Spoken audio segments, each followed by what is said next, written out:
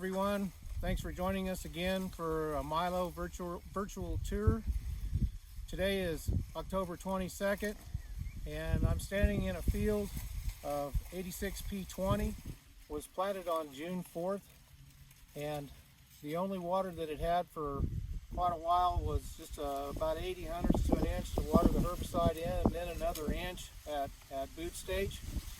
In late August, we were fortunate to be able to pull off the corn, and because we had PO157 on a circle of corn, and we switched this over to 500 gallons a minute and put about another 3.5 to 4 inches on it, and that really helped it. But this 86P20 is for real, and there's a reason why it is on so many acres in this county today. This is our go-to hybrid for dry land and semi-irrigated. It has done extremely well for us the last few years. Ranks a 6 for sugarcane aphid. It's suitable for, like I said, dry land, semi-irrigated, or irrigated. It fairly early hybrid. Has an 8 for drought tolerance, and it's just done extremely well for us. We've had it in the 140 plus bushel range, and I've had one customer have it up to the 170 bushel range, so it can yield. The only drawback that I dislike about it is if it is under severe drought stress, then it doesn't exert its heads as well as I'd like, and so if you're going to pasture, you cut some of those leaves off and lose some of the pasturing that could be possible. However, last year in a field next to a competitor that did exert its heads real well and looked like it'd yield 30 bushel more, we still beat it by 20 bushels an acre, so it can yield. I thought I'd mention this hybrid next. This is 85P75. This is a new hybrid from Pioneer that looks to be exceptional in almost every area. I haven't found a weak point in it yet. As you can see, it has some nice size heads on it. Has good drought tolerance. It ranks an 8 for drought, a 9 for yield, and there are no 10s. So this looks like one to really consider, especially on limited irrigation or even full irrigation. I think it might be a little bit long season for a lot of situations on dry land, but on semi-irrigated where you can put just a little bit of water on it, this hybrid could be exceptional. We had it already in one test plot this year over in the edge of Colorado, where we only had 2 foot of sub-moisture and about 470 gallons on a 250 acre circle, and this hybrid made about 119 bushels. So we were extremely pleased with that for the year because it was in an extremely dry area. This hybrid also ranks a 7 for sugarcane aphid, which is about as good as the industry has right now. So I think this is a hybrid that we really need to watch. This white hybrid is 86Y89. We personally have never had it on our farm because we thought it maybe was just a little bit too late for the dry land or semi-irrigated, but I may have misjudged that looking at this side by side.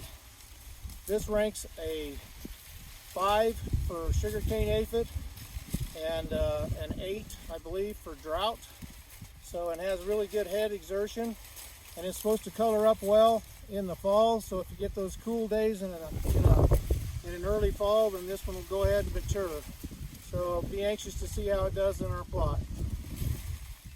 Here I'm standing in an old standby 85Y34.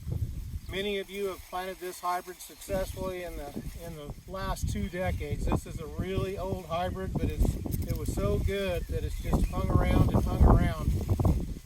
Have one customer over in Colorado that has tried multiple varieties over the last 10 years and says he just can't get away from it.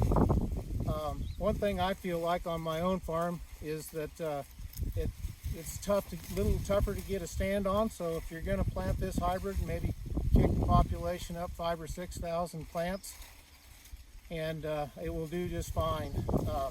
I probably missed the boat on this hybrid. for years because I thought its maximum yield was probably 120-25 bushel, and I put it on a field and had to make 152. So I kind of felt like I messed up. This hybrid, when the sugarcane aphids first became a problem, well, we were unable to get it because all the guys in Texas used this hybrid exclusively and took all the seed because it had the best sugarcane tolerance down there. We now have hybrids with better sugarcane tolerance, but this hybrid still fits very well in certain areas along the state line. This is an extremely good hybrid. It's extremely tough, and if it rains, it will tiller and it will yield. This is 86P33. This is a fairly new hybrid that we just started selling in the last couple of years. This hybrid probably needs a little more moisture than some of the other ones, and so I've got a customer up north, a couple of counties, that is trying this on several acres, and but it ranks a 9 for yield, and so hopefully it will do very well for him up there. One thing we got to watch out for is the sugarcane aphid tolerance. I believe is a 4, so it's not the best for that. But he had that particular customer had never had sugarcane aphid problems before. So, but this is a hybrid we need to watch and see how it performs in this test plot this year, and it doesn't look too bad right here. Here we have another older hybrid, 86G32. This hybrid was performed exceptionally well for years and years, and yielded well on dry land, semi-irrigated and irrigated. It's slowly going away. It ranks a 3 for sugarcane aphid tolerance, so that's a negative, but it can still yield and yield very well. Some of its standability at times were questionable in the past, but typically if the competition stood well beside it, we were 20 bushel better, even though you had to pick some of it up. But this hybrid still has a place.